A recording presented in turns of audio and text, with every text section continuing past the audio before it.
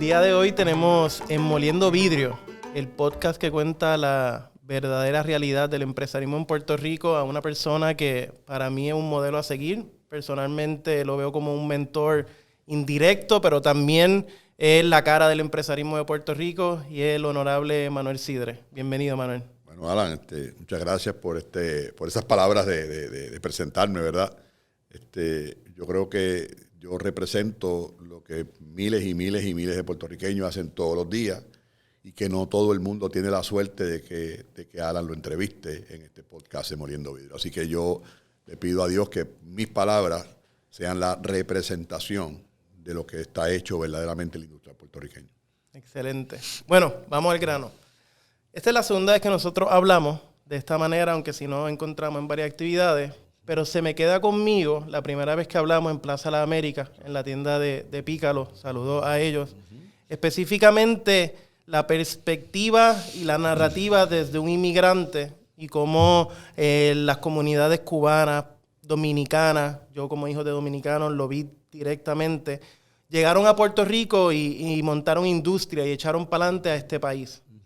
Yo quiero que tú me cuentes un poco, que quizás esa parte la gente no la conoce bien, cuál es la historia de la familia Sidre y cómo ustedes llegaron a Puerto Rico y levantaron el imperio. ¿Qué hicieron? Mira, tanto tu familia como la mía, por distintas circunstancias, las dos tenían el mismo propósito: una mejor calidad de vida para su familia. Al final del camino, eso es lo que inspira a un inmigrante que no tenga ningún problema de ley. Así que la historia de mi familia fue una doble migración. Mi familia originalmente es de España, mi madre es asturiana y mi padre era gallego, y emigran a Cuba porque sus padres, respectivamente, emigran de España, que se estaba muriendo de pobreza, a Cuba, donde era la tierra del porvenir en América. Así que esa primera ronda de emigración lo caracterizó por mucho trabajo. Mis abuelos eran gente muy, muy humilde en España. De hecho, mi abuelo llegó descalzo a La Habana. Y eso, tengo fotos de ese descalzo. Y mis abuelas, pues tú te das cuenta por la ropa que vestían, que eran gente muy, muy humilde. Muy, muy humilde. Y el trabajo, el compromiso y sobre todo el conocimiento absoluto o el convencimiento absoluto de que si no trabajaban, no comían, los inspiraron a insertarse dándose cuenta que no todos querían trabajar como trabajaban ellos, y cuando entonces empezaron a demostrar unos dotes de trabajadores más allá de lo normal, pues brincaron el umbral de empleados y se convirtieron en empresarios muy pequeños. Mi abuelo era un bodeguero, por parte de madre, bodeguero, un colmadito bien pequeñito, que nunca tuvo un carro, que nunca se compró un carro, que hizo su casa encima de la bodega, pero cuando murió, y yo lo digo no por echármela, sabe Dios cómo eran esto que te voy a decir, pero dejó 187 casas de renta. Wow. Así que yo me imagino que cada 5 pesos que cogía, los guardaba y construía una casita. Casitas pequeñas, humildes, pero tenía en un área que se llamaba San Miguel del Padrón, un área muy, muy, muy vasta de casas de alquiler. Mi papá quedó huérfano a los 6 años, dejó la escuela, trabajó en un cine con La Linterna, después operó los que vendían dulces en los pasillos del cine. De ahí se fue moviendo poco a poco hasta que se empleó como bartender en una cafetería, una barra, y de ahí montó un sitio que fue muy conocido en La Habana, que se llama el Bar Quintana. Del Bar Quintana pasó al Bar Polar, y en el Bar Polar lo perdió todo, tuvo que dejar todo lo que tenía y llegar a Puerto Rico. ¿Por qué a Puerto Rico y no a República Dominicana, donde también tengo familia? Porque en aquel entonces nosotros estábamos huyendo de un sistema castrense, sí, y en República Dominicana lamentablemente estaba ocurriendo lo mismo con Camaño. Así que decidimos venir a Puerto Rico, donde estaba tío Manolín, que vivía en Arecibo, y otra vez a empezar con el mismo sacrificio. Mi papá fue empleado de una lechonera, después se hizo propietario. ¿En qué año llegan a Puerto Rico? En 1962. Empleado de una lechonera, y fue después dueño de una pizzería, y después montó un restaurante. Y esa es la vida empresarial de mi papá. Mi papá no era empresario. Mi papá era una persona que montaba un negocio para pues, para echar para adelante, pero para mantener su familia, para alimentarnos, para que estudiáramos. Pero mi papá no era empresario. Un comerciante. Mi madre era más empresaria que papá, pero papi mandaba en casa era el viejo y mami no tenía garras para poder desarrollar, pero quien era empresaria en mi casa era mi mamá. Cuéntame por qué, ¿cuál es la diferencia? Porque mi mamá, por ejemplo, frases que yo nunca olvidaré, no vendas nada, deja que coja valor. Frases que nunca olvidaré, trabaja duro, guarda pero disfruta duro. Frases que yo nunca olvidaré, no hay nada fácil en la vida, pero se puede conseguir las cosas así también. Cosas que sin duda alguna me inspiraron a mí, y creo que de mis 5 hermanos, yo soy el empresario de la familia. Hubo uno que estudió medicina, hubo otro que se hizo CPA, otro que le fue muy bien en el negocio de lancha, pero no es empresario, es un comerciante. Sí. Y otra que se dedicó a ser maestra. Para bien, ¿eh? Así que yo fui el que tal vez cogió más la palabra de mi mamá, y fue precisamente lo que yo vi sufrir a mi papá y a mi mamá en el proceso migratorio de Cuba a Puerto Rico, donde nos acostamos muchas veces sin comer. ¿Cuántos años tú tenías cuando yo tenía 7 años. Wow. 7 años. ¿Eso te marcó? Sí, yo soy el mayor. O sea, yo sé lo que es acostarme sin comer. Yo sé lo que es ponerme unos zapatos nuevos a los 14 años. Yo sé lo que es comerme un filete cuando tenía 15. Yo sé lo que es caminar a una práctica de béisbol 1 milla y media todos los días. Pero eso va creando en el hombre un cuero que te prepara para los retos que la vida trae a todos. La vida está llena de retos, Alan, llena de retos. Así que en la medida que tú tengas esta exposición, que es la que la generación de hoy día no ha tenido, pues es en la medida en que tú no piensas en quién te va a resolver el problema. Tú piensas cómo resolver el problema. A mí me da risa porque, hablando con mi papá, mi padre llega a Puerto Rico y empieza a vender periódicos y libros de Juan Bosch en Puerto Rico. Pues no había internet, no había email y WhatsApp. Luego pasa a vender pescado y termina igual que tú. Él terminó siendo cónsul de la República y ahora tú estás en gobierno. Pero él me dice siempre, tú no entiendes la espalda que yo le metí para que ustedes sean quienes son, porque de verdad cargando periódicos y cajas y ese cuero. Y yo he trabajado bien duro, desde que tengo uso de razón. Pero mi mamá y mi papá, la vieja mía, Tommy Olivencia, tenía un local que hacía bailes los sábados y los domingos en Arecibo, que es el pueblo donde yo me crié. Y en ese local mi mamá se levantaba a las 2 de la mañana con una olla a freír pollo con papa, a venderlos a 50 chavos. Y con eso mi mamá me educó. O sea, que a lo que yo quiero traer a la mesa es que no hay un ticket de gratis. No hay un ticket de gratis, al contrario. Yo creo que en la medida en que posiblemente los que nos estén mirando en este podcast puedan verme como estoy hoy, lo que es importante es que ustedes sepan que lo que yo soy hoy no se lo debo al presente, se lo debo al pasado. Y eso sin duda alguna, crea una fortaleza en el hombre. Cuando digo el hombre me refiero al hombre y a la mujer. De tal tamaño que te prepara para atender los retos que la vida te pone. Excelente. Ya que sabemos que ese cuero duro se forjó viendo a unos padres comerciantes, una madre emprendedora. Cuéntame de Cidrines. Cidrines fue un error. Pero es bien interesante porque sí, tú tienes los panes que tú compras en el supermercado, aunque ahora Cidrines está en el supermercado, pero ustedes abrieron y crearon una marca donde, por ejemplo, yo voy a la República Dominicana ahora y le pregunto a mis primos, mira, este pan así largo. Dicen, no, porque las tiendas los venden, no hay una marca, pero ustedes crearon una marca del pan. Cuéntame un poco de eso. Primero que el nombre Cidrines nace por error. No es por sidre. No, atiéndeme. Cidrines es el plural de mi apellido. Y mi papá, a mi hermano Guillermo y a mí, nos decía los Cidrines. Pero el nombre que originalmente iba a montar la primera panadería que yo decidí montar sin saber un divino de pan, no se iba a llamar Los Cidrines, se llama Asturiana. Porque mi mamá viene de Asturias. Clásico. Cuando vamos al Departamento de Estado a inscribir el nombre, hay una panadería asturiana en Cagua. Sí. Y mi mamá nos mira a mi hermano y a mí y a mi papá y dice, ¿por qué ustedes no le ponen Los Cidrines? Los Cidrines. Pero sí, son ustedes dos hermanos, tú y tu hermano. Y así nació el nombre de los sidrines. Cuando tú hablas de sidrines, hoy posiblemente la gente piensa en la exportación, la gente piensa en brand de Puerto Rico, la gente piensa en los puntos de venta, en Amigos, en Walmart.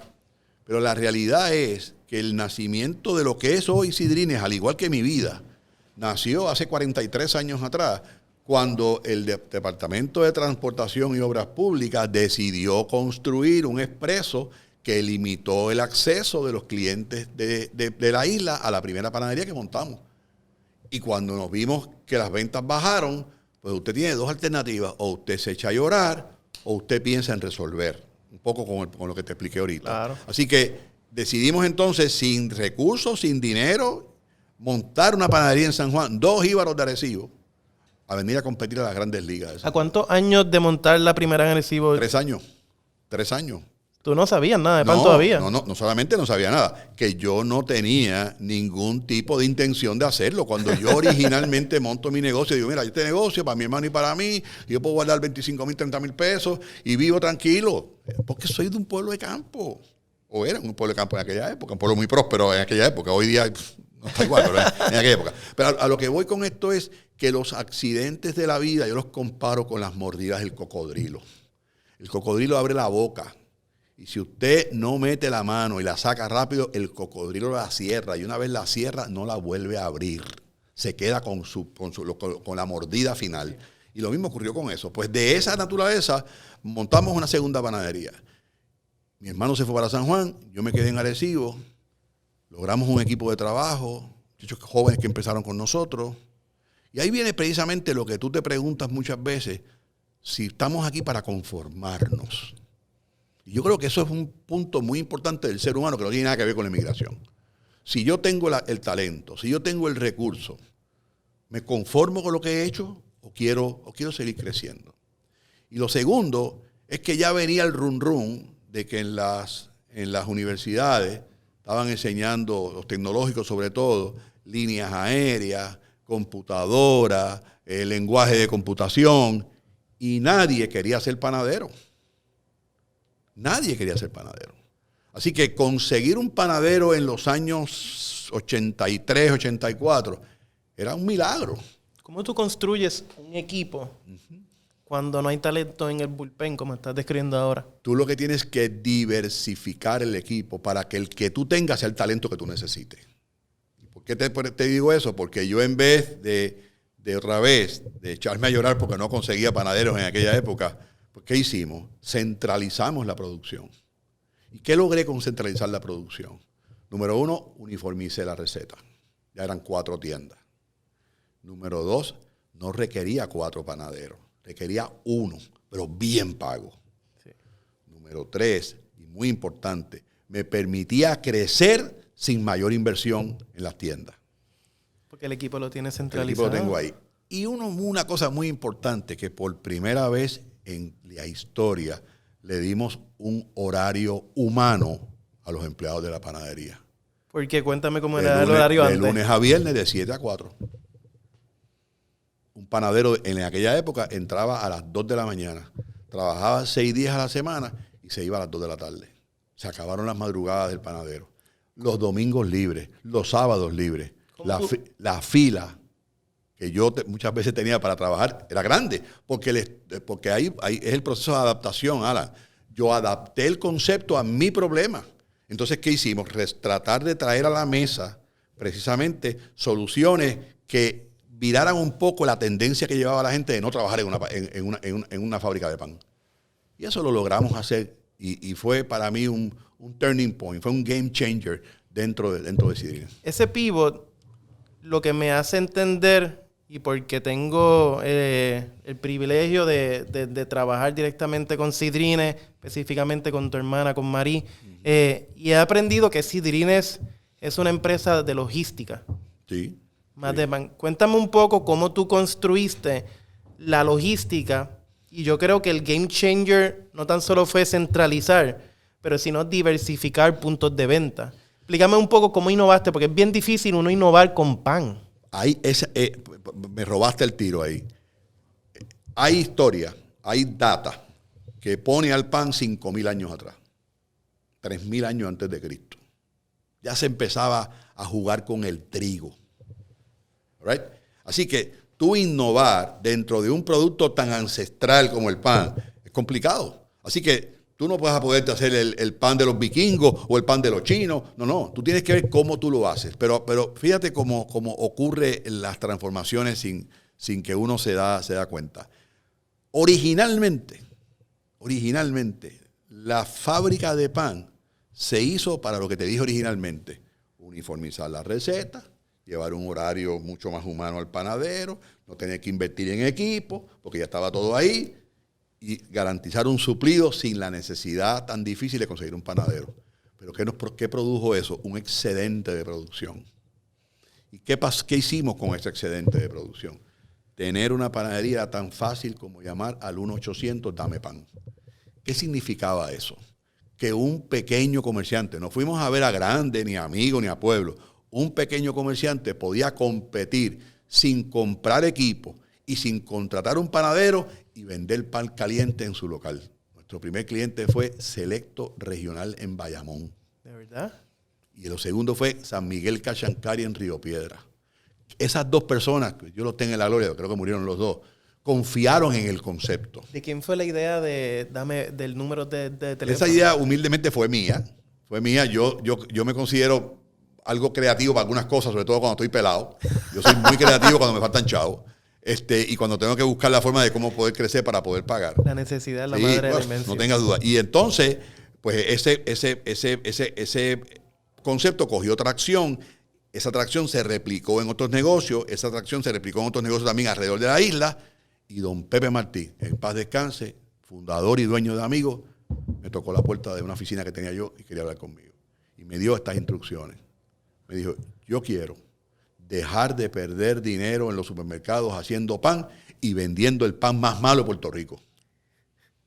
Y nos dio la oportunidad de establecer el concepto de sidrines que se llama en inglés bake-off.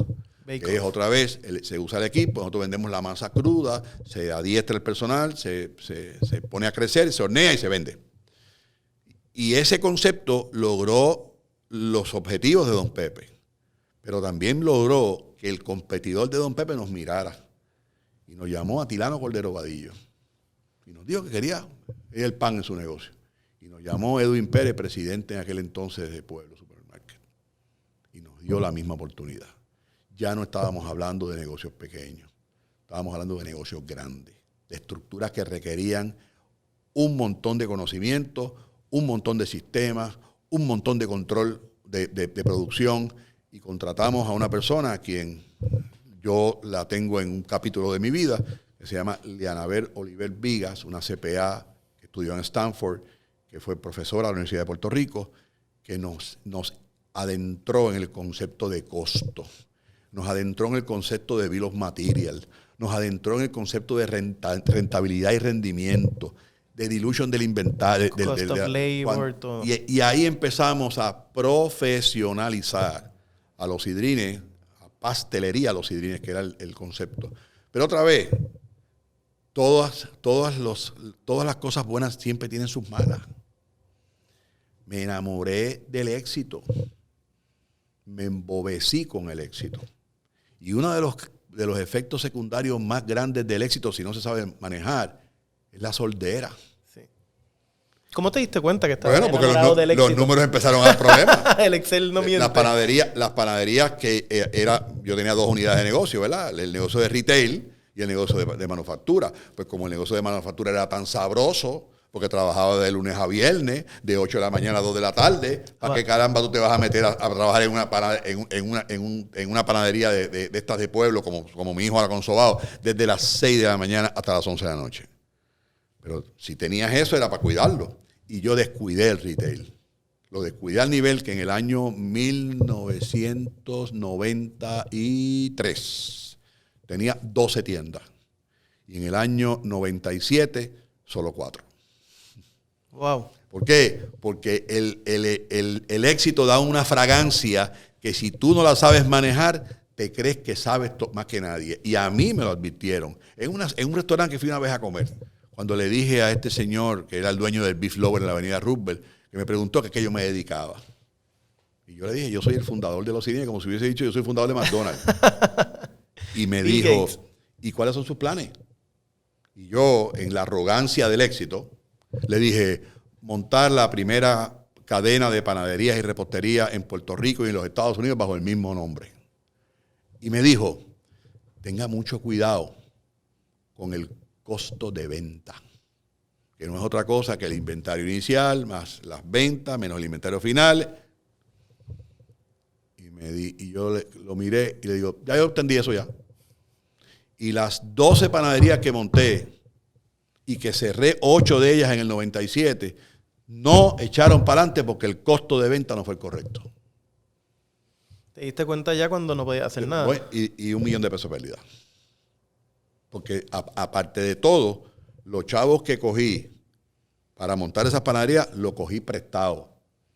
No fue capital. Por eso cuando aquí la gente habla de la Junta de Control Fiscal, cuando usted le debe algo al banco, usted tiene que poner su garantía, su casa, su firma, y si no paga, responde con todo lo que tiene, los haberes y los deberes. Eso la gente no lo sabe. Yo lo sé porque estuve a punto del knockout. ¿Cómo te levantas después de ese casi knockout? Dentro de esa cultura de lloriqueo que muchas veces tenemos nosotros, yo llamo a mi hermana y prácticamente le lloro por teléfono de cómo están las cosas. Ella me escuchó y al final de escucharme me dice... ¿Era parte del negocio? No, ella. No. Ella fue mi CFO hasta que se fue a estudiar. Okay. Hizo una maestría en la Universidad de Rochester, pero ella era CPA. Y mi hermana me dice, you know what? Back to the basics. ¿Sabes cuál es el back to the basics, verdad? Enróllate las mangas, ponte a trabajar, no mires los días que trabajas, pon esa creatividad a funcionar.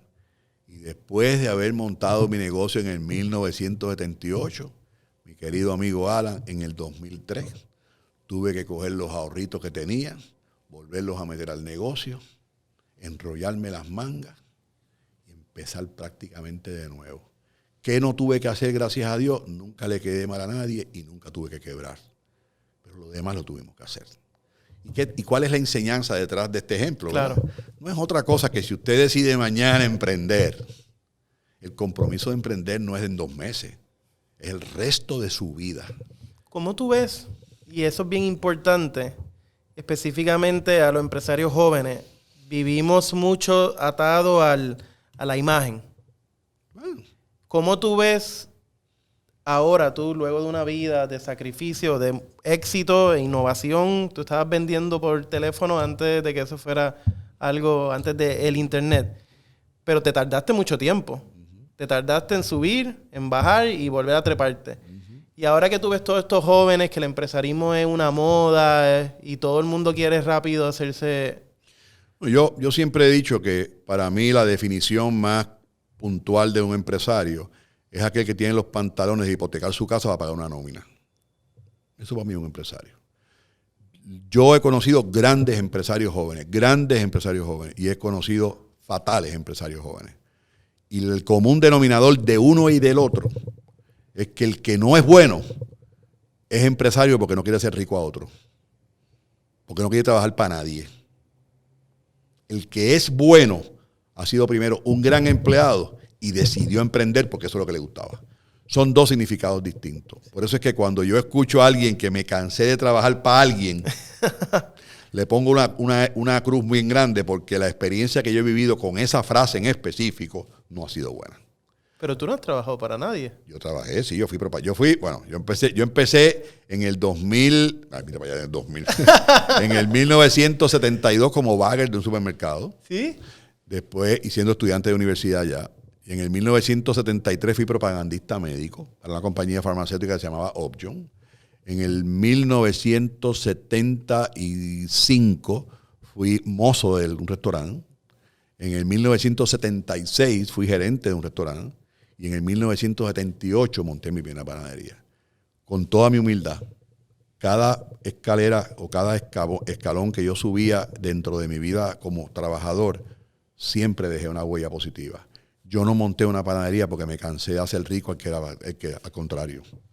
Yo monté una panadería porque yo tenía todo el deseo de poner en práctica lo que había hecho para otros exitosamente. Y la industria de alimentos tiene algo diferente a la otra que te enseña mucho la humildad. Yo estuve todo mi bachillerato trabajando en Levi's de Isla Verde como mesero. Mira para allá. Y ahí de verdad aprendí cómo se hacen las cosas. Y yo creo que una de las cosas que el ser humano no puede olvidar es de dónde viene. Pero más aún, de que nadie puede garantizar que mañana vamos a estar aquí igual que estamos hoy. Así que mi recomendación siempre es que corra asustado. Piense que lo que tiene hoy no necesariamente está mañana. No le coja miedo al riesgo. Arriésguese, pero haga los cálculos para que entonces los riesgos sean, como dice el refrán, calculados y no simplemente riesgos liderados porque tu familia o porque tu mamá o porque tu mejor amigo te digo, ¡ay, esa idea me encanta! Yo he conocido muchos fracasos en esa idea, me encanta. Así que valide su idea. Yo di clase en la Universidad de Puerto Rico Alan en el 2012 y mi curso era Business Planning. Okay. Y cuando yo empecé, de hecho, una de mis estudiantes hoy día dirige uno de los programas aquí, la licenciada Cañón. Y yo me acuerdo que el primer día de clase, cuando había que pick the brain sobre las ideas de negocio, yo me acuerdo que yo suspendí la clase de Business Planning y estuve un mes depurando de cómo se procesan las ideas. De las 20 ideas que trajeron los muchachos, creo que no pusimos en práctica ninguna. Porque todas estaban inspiradas en aceptaciones y en validaciones que no fueron ponderadas, simplemente fueron impulsadas por el amor o por el deseo, por admirarte de que tenían tus padres, los amigos. Así que esa idea que usted tenga hoy, valídela. Y mucho cuidado con la sordera y el éxito. Claro que sí. Vamos ahora a hablar un poco del tema que tiene ahora como sombrero, que es Puerto Rico y el desarrollo económico. Y voy a partir desde algo que dijiste hace unos minutos atrás. Y es el riesgo. Yo siempre he pensado, y esto lo aprendí de mi viejo, mi mamá, como muchos puertorriqueños, toda la vida, Departamento de Educación, hasta la Ley 7, y ahí acabó, pero siempre nos dijo estudien y busquen un trabajo seguro. Y siempre nos instaló en la mente, como a muchas generaciones de puertorriqueños, buscar la seguridad. Mi papá, todo lo contrario. Siempre estaba buscando hacer un negocio o qué comerciante. Entonces, la pregunta que te quiero hacer, y creo que es algo que conecta todos los episodios de este podcast, es hablar un poco de Puerto Rico próspero, un Puerto Rico rico. ¿Cómo, para Manolo Sidre, llegamos ahí? ¿Cómo se ve? Y cómo el riesgo juega un papel importante en ese nuevo Puerto Rico. Yo no vengo de un bufete de abogados de nombre. Yo no soy CPA. Yo no soy abogado. No soy ingeniero. Yo traigo al Departamento de Desarrollo Económico 3 cosas importantes. Número 1, mis 43 años de experiencia. Para mí, yo creo que eso aporta muchísimo a mantener el equipo enfocado en que las opciones están y es cuestión de buscarlas y ejecutarlas. Y eso es un gran reto en el gobierno. Lo segundo es a devolver lo que por años me dio esta tierra, que me permitió crecer, desarrollarme, criar a mis hijos, tener nietos.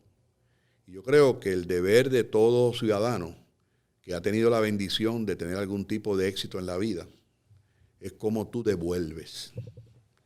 Y lo tercero es que el señor gobernador me respetó desde el día número 1, las condiciones que establecí para aceptar la posición, me permitió escoger mi equipo, me permitió no trabajar sin salario, me permitió no tener escolta, me permitió no tener chofer y me permitió ejecutar, obviamente, dentro de su política pública. Así que teniendo eso como base, pues el Departamento de Desarrollo Económico y Comercio de Puerto Rico, como dice el refrán, tiene licencia y tiene que tener licencia para mirar el entorno completo de Puerto Rico como Puerto Rico y no simplemente conformarme con crear empleos o traer empresas a Puerto Rico o desarrollar empresas puertorriqueñas. El Departamento de Desarrollo Económico tiene que incidir de forma relevante en la educación, en la seguridad, en la salud, en el comportamiento urbano, porque un país que no tenga esos elementos en su sitio no puede aspirar a ser lo relevante que hay que ser a la hora de atraer o de retener negocios en la isla. Y simultáneamente, internamente, tiene que entonces transformar sus recursos más importantes, que son sus empleados, sus 540 empleados, de que de una vez y por todas tengamos dos retos importantes. A corto plazo, cambiar el mindset de que el gobierno no funciona y que el gobierno no responde. Y número dos, convertir y transformar esta agencia de tal forma que sea el benchmark del futuro gobierno de Puerto Rico que todos los puertorriqueños merecen y necesitan. Bajo esas credenciales que comparto con ustedes en este podcast, es que el señor gobernador me designó secretario de Desarrollo Económico y Comercio y la honorable Senado de Puerto Rico me confirmó como tal el pasado mes. Pero eso, con la boca de un mamey, es mucho más complejo, porque no estamos viviendo el mundo de dame un 800, dame pan. Estamos viviendo el mundo del Internet, estamos viviendo el mundo de la telefonía, donde ya nuestros competidores como República Dominicana, ya no es simplemente, como muchas veces lo criticaron, que es que vienen llenos de yolas para Puerto Rico. No. Ya la República Dominicana tiene 2 parques cibernéticos, 2 puertos de transbordo, 3 puertos de importancia, 5 aeropuertos internacionales y una base industrial sólida, a 48 millas desde Cabo Rojo de Puerto Rico. Incluso tienes a dominicanos que vienen a invertir su capital aquí excedente y puertorriqueños buscando oportunidades. Eso es así. Así que si República Dominicana está en esas condiciones, menos mal que todavía Cuba está bajo el sistema totalitario de los Castro, porque si no estarían igual que República Dominicana. Pero mirando entonces un poco al sur, tenemos con hambre a Perú, tenemos con hambre a Costa Rica, tenemos con hambre a Panamá, tenemos con hambre a El Salvador. Aquí la gente piensa que aquí hay 5 hangares en Raimi para darle servicio a Lufthansa. En El Salvador hay 21. Y Bitcoin ahora es una moneda. Aquí, exacto. Y ahora en Puerto Rico tenemos 21 operaciones de manufactura de medical devices. En Costa Rica hay 60. La Fresenoscavi en San Germán tiene 830 empleados. La misma operación en Jaina tiene 5,000. Así que el entorno competitivo de Puerto Rico es mucho más amplio y requiere mucha más anticipación y requiere identificar los elementos de diferenciación que necesitamos para distinguirnos. Y ahí es que entra precisamente la experiencia que yo traigo a la mesa. Porque aunque tú no lo creas, el hecho de haber empezado de cero, el hecho de haber puesto unos zapatos a los 14 años nuevos, el hecho de tirarme un expreso y tener que obligarme a abrir una tienda en San Francisco, el hecho de que la soldera el producto me lleva y me arrastra a la quiebra. Todos esos elementos, cuando yo los conjuro y los traigo a la mesa, a la situación actual de Puerto Rico, pues ¿qué saco de todo eso? Una cultura innovadora, una cultura diferente, una cultura relevante, un enfoque en el resultado, un cortar lo que no traiga valor y un seguir su instinto y tomar decisiones.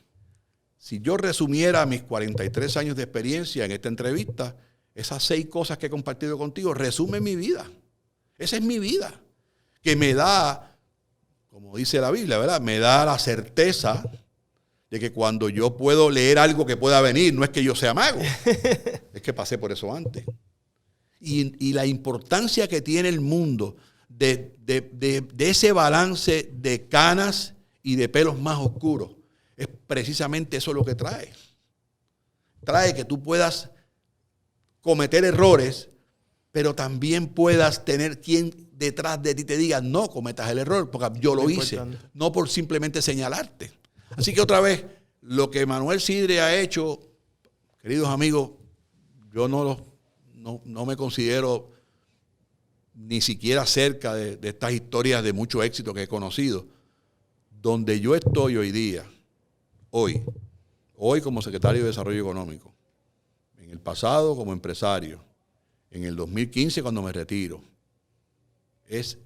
me da, y les puedo asegurar con absoluta certeza que yo he dado siempre el máximo de mí. Bueno, Manolo, vamos ya a la última parte del podcast. Yo siempre digo que el empresario tiene una herramienta que es lo que le asegura el éxito, el instinto. Hay algo aquí dentro que te dice algo. Entonces, yo sé que en el puesto que tú estás ahora, muchas veces lo que tú hablas y lo que tú contestas está bien pensado y bien depurado. A veces. Vamos a hacer un ejercicio. Yo te voy a decir 5 palabras. Okay. Tú me vas a decir la primera palabra que te viene a la mente y una oración explicando por qué. Okay. La primera, pan. Hazlo siempre bien para que mantenga siempre a distancia a tu competidor. Recuérdate que es una palabra. Lo okay. primero y después. Pues hazlo de nuevo. Pan. Sobao. Familia. Familia, mis hijos. Puerto Rico. Mi pasión. Desarrollo económico. Mi sueño todos los días. Y una que sé que es un tema que toca a ti y toca a todo Puerto Rico, específicamente lo que es el empresarismo, la Ley 22. Necesaria. Bueno, Manolo, gracias por tu tiempo. Siempre un honor compartir contigo y aprender. Eres un rayo de esperanza para el sector privado. Y te lo digo porque estoy en gremio. Cuando tu nombre sonó, todos estamos felices. Bueno, pues yo sé que tú no puedes cambiar a Puerto Rico en 4 años, pero allá afuera pueden ver los empresarios que nos escuchan. La vara es bien alta. Sí, yo aseguro, y yo les puedo asegurar al país, de que si hay algo que a mí me hace relativamente fácil es entenderlos, porque yo vengo de ahí. Perfecto. Gracias por tu tiempo. Gracias a ti.